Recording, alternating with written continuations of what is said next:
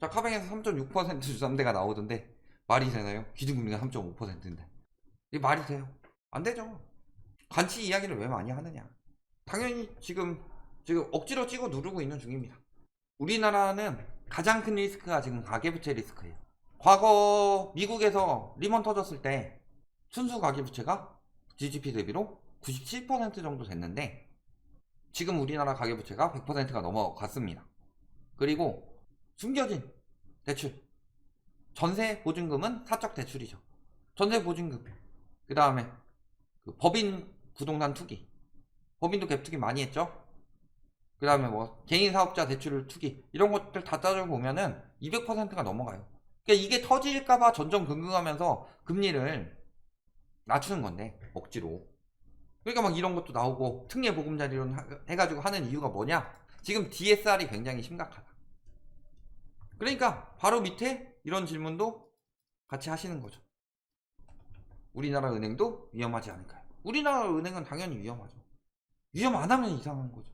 다만 가시화돼서 보이지 않을 뿐이다. 자, 우리나라 가계부채 리스크는 크게 두 가지가 있습니다. 첫 번째는 영끌 가계부채. 그래서 지금 주담대 차주의 DSR이 60%에 달한다고 하죠. 그 다음 또 한 가지 두 번째가 자영업 가계부채. 근데 자영업 가계부채 같은 경우는 연장 하고 있는 거예요. 그러니까 요거는 지금 아예 연체율에서도 빼버리죠. 연장하고 있으니까. 그래서 요거는 아예 지표에서 빼버려서 안 위험한 척 하고 있는 거고, 영끌 가계부채 얘가 터지게 생기니까 뭐 하고 있는 거예요? 안심 전환대출. 실패. 그러니까 그 다음에 나온 게 특례 보금자리로. 안심 전환대출보다 규제가 완화됐죠. 거기다 얘가 DSR을 피하죠. 플러스로 금리가 고정금리로 낮게 들어가고, 플러스로 기존 대출자도 받을 수 있고, 기존 대출자 특례 보금자리를 못 받는 사람들은 빨리 팔아야 되죠. 그런데 신규 대출자들도 받을 수 있죠. 그러니까 지금 저거 가지고 부동산 시장이 살아난 게 2월이에요. 자, 2월 거래량이 늘었다고 그랬어요. 2월 거래량이 왜 늘어났을까? 특례 보금자리론이 1월 30일부터 들어갔으니까. 이런 식으로 지금 안 위험한 쪽으로 넘겨주고 있는 거죠. 쟤는 5% 받으면 망하는 애인데 내가 3.5%짜리 내줄게. 그러면은 너는 안 망하고 버틸 수 있어. 근데 사실 5% 가서 무너지는 곳이면요, 언젠가 무너질 수밖에 없어요. 이거는 그냥 지금 터지지 말고 좀 나중에 터져. 천천히 터져. 원래는 지금 한 2만 명, 3만 명 터질 거를 올해 한 10,000명만 터지고, 10,000명은 더 이자 내면서 버티다가 내년에 터지고, 또 10,000명은 더 이자 내면서 버티다가 내후년에 터져. 이런 식으로 지금 억지로 낮추고 있는 게 그런 상황인데, 그러면은 첫 번째로 우리나라 은행들은 대부분 예대 수익으로 돈을 법니다. 그래서 이번에 실리콘밸리뱅크 터졌을 때 오히려 금리 인상인데 은행이 왜 터져? 금리 인상을 했는데 채권 투자를 많이 했죠. 거기는 외국 은행 같은 경우는 투자를 많이 해요. 근데 우리나라는 예대 금리차로 버는 게 태반이에요. 그러니까 당연히 수익은 줄어들죠. 물론 성과급 잔치를 했느니 퇴직금 잔치를 했느니 이런 이야기들을 하고 있는데, 그거는 뭐 그런 것들을 가지고 명분을 만들고 있는 것일 뿐이지 은행은 원래 이익입장이에요. 그래, 그런 명분으로 대출금리 내리는 것까지는 이해를 하겠는데 왜 예금금리를 억제를 하느냐. 그래서 예금금리를 억제를 하면 무슨 일이 생겨요? 자금이 이동을 하죠. 기회비용이 너무 떨어지니까. 그러니까 금리 인상기에 예금해가지고 돈 안정적으로 현금을 벌어놔야 되는데, 예금금리 못 올리면은 그 자산이요, 채권으로 칠 수도 있죠. 채권으로 치면은 채권 금리 억지로 낮추게 되는 거죠. 그런데 문제는 금리 왜 올려요 지금? 물가 잡으려고. 금리가 올라가면요, 차주들이 힘들죠. 물가가 올라가면은 전 국민이 힘들어요. 그런데 물가를 잡아야 되는데 금리를 낮추고 있어요. 그러니까 우리나라 계속 이야기를 하는 게 근원 물가가 안 잡히고 있다. 근원 물가가 안 잡히고 있고, 그 다음에 또 한 가지, 금리 인상기에는 무슨 일들이 생기느냐. 금리 인상기에 지금 연체율 굉장히 많이 늘어났어요. 고위험 차주도 굉장히 많이 늘어났고 DSR 비중도 굉장히 많이 늘어났어요. 그만큼 리스크가 커진다는 거죠. 그러면은 물론 욕을 해야 되겠죠. 물론 저기 사채 업자들 욕을 해야 되겠죠. 아주 나쁜 놈들이 많다. 다는 아니지만 대부분이죠. 아주 나쁜 놈들이 많은데 사채 쓰는 사람들은 왜 그렇게 이자를 많이 낼까요? 그 다음에 3금융에서 빌리는 사람은 왜 2금융이나 1금융보다 더 비싼 이자를 낼까요? 2금융은 왜 1금융보다 더 비싼 이자를 내가요? 대출을 받았을 때. 그 이유는 뭐예요? 내려갈수록 1금융에서 못 받고 2금융에서 받는 사람들은 그만큼 신용도가 떨어지고, 신용도가 떨어진다는 건 무슨 소리예요? 이 사람이 갚을 수 있다. 그게 확신이 서지 않는다는 거죠. 확신이 안 선다는 건 무슨 소리예요? 돈 떼어먹힐 수도 있겠다. 저 사람이 나쁜 마음을 먹는 게 아니더라도, 예를 들어서 나 한 달에 100만원씩 갚도록 빌렸어요. 근데 그때까지는 월급 300만원 받아서 괜찮았는데 갑자기 일자리가 떨어져 나가요.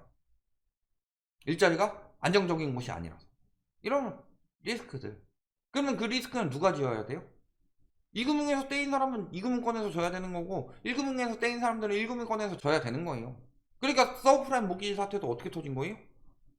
서브프라임 갚을 능력도 안 되는 사람들한테 엄청나게 돈을 빌려줬는데 그게 터지면서 문제가 생긴 거죠. 그러니까 이자를 높게 받는 이유는 뭐예요? 그 리스크를 생각해서 수익을 내야 돼요. 예를 들어서 근데 이자가 10%인데도 100명 중에서 90명밖에 못 갚아요. 그럼 99% 돼요. 10% 이자 90명이 낸 거니까. 그럼 1% 손해죠. 그러니까 이런 리스크를 생각해서 대출 이자를 많이 내주는 거예요. 그런데 지금 연체율이 올라가고 있어요. 리스크는 커지고 있는데. 그럼 은행권 위험은 당연히 다가올 수밖에 없죠. 은행권 위험은 다가올 수밖에 없는데, 문제는 물가가 높으면요 생활비가 많이 들어가죠. 물가는 잡지 않으면 장기화됩니다. 과거 보이콧 때 어떻게 잡았는지 생각해 보세요. 장기화 되니까 미친듯이 때려잡았잖아요. 그럼 그런 시기가 언젠가 올 텐데 그때 리스크가 엄청 커질 거예요. 지금처럼 그 금리 올려야 될 때 천천히, 자, 연착륙만 중요한 게 아니에요. 금리 상승 같은 경우 연착륙을 하기 위해서는 금리 상승도 연상승이 돼야 되죠. 경상승이 되면 안 되죠. 그런데 그게 안 될 경우에는 어쨌든 간에 한번 끊어내고 잡기 위해서는 경상승을 시켜야 돼요. 그래서 지금 어떻게든 연상승으로 잡으려고 하는 게 지금 하는 애 계획이죠. 베이비 스텝 하겠다. 이번엔 동결하겠다. 근데 그걸 막아버리고 있는 거예요. 그러면 그 리스크는 어디에서 터지겠어요? 아까 역대급 경제위기 온다고 그랬는데 어디부터 터진다고 그랬어요? 미국 실리콘밸리 뱅크 터지는 것보다 더 위험한 건 신흥국들이 지금 위험해가지고 연쇄 디폴트가 날 수가 있다는 거예요. 그런 것처럼 디폴트는 어디부터 나요? 그러니까 왜 이금융권에 돈 넣지 말라고 하느냐. 이금융권까지는 터지면 위험할 수 있으니까. 우리나라 아직 1금융권이 막 그렇게 터진 적은 없죠. IMF나 뭐 이런 그 정도 급 사태가 아니라면. 그러니까 약한 고리부터 터지는 거예요. 말씀하신 대로.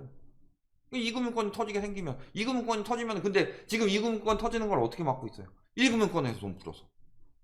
정부에서 돈 어느 정도 풀고, 은행권에서 돈 풀어가지고 막고 있는 거죠. 그러면은 안정적으로 보일 수는 있어요. 자, 배가 있어요? 자, 누가 봐도 배죠? 근데 내가 배멀미를 되게 많이 해요. 한척만 있으면 엄청 흔들릴 수 있어. 그러니까, 묶죠. 여러 척을 묶는다. 단단하게. 이렇게 양옆으로도 묶고, 배를 이렇게 묶어요. 여러 대를. 그래가지고 꽉꽉 쇠사슬로 묶거나 커다란 한 덩이가 되니까 그만큼 안정적으로 보일 수는 있겠죠. 안정적으로 보일 수는 있어요.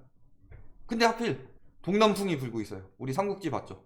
그래서 불이 확 붙으면요 얘만 붙어요. 배들이 다 떨어져 있으면 얘만 붙고 끝났겠죠. 그런데 그때 삼국지에서 조조가 그 연희에서는 방통이 막 이렇게 배 묶으라고 이야기를 해주죠. 그랬을 때 황제가 항복합니다 하고서 가가지고 불 붙은 배로 받아버려요. 그러니까 얘 하나만 받았는데 요 불이 여기 번지고 여기 번지고 여기 번지고 여기까지 다 번지죠. 지금 딱 그런 상황이에요. 한국판 적벽 대전이 일어날 상황이다. 은행권에서. 그러니까 오히려 저렇게 작은 위기다. 서북풍이 불고 있을 때 작은 위기다 라고 하면요 묶어놓으면 오히려 배 한 대가 빵꾸 나더라도 나머지들이 이끌고 가줄 수가 있겠죠. 그런데 엄청난 위기가 다가오고 있어요. 저기 다 기름 싣고 달려오고 있어. 그런 상황에서는 묶는 게 오히려 악이죠. 악수를 두고 있는 거예요. 근데 저 악수를 두게 된 이유는 뭐예요? 튼튼한 배를 만들어야 되는데 튼튼하지 않게 만들어 놓고서 1금융이 2금융 지원하고 이런 식으로 묶고 PF 지원하고 그래 지금 PF가 터지게 생겼어? 채권 시장이 지금 상황이 안 좋아? 아 그러면은 예금금리를 낮춰서 채권 시장으로 돈을 돌리자. 이런 식으로 지금 궁여지책만 가고 있으니까 이게 굉장히 위기가 커질 수밖에 없다는 거고, 이 은행권 위기에 대해서는 여러 가지 각도로 굉장히 많이 설명을 드렸어요. 그러니까 이렇게 보시면 참 쉽죠?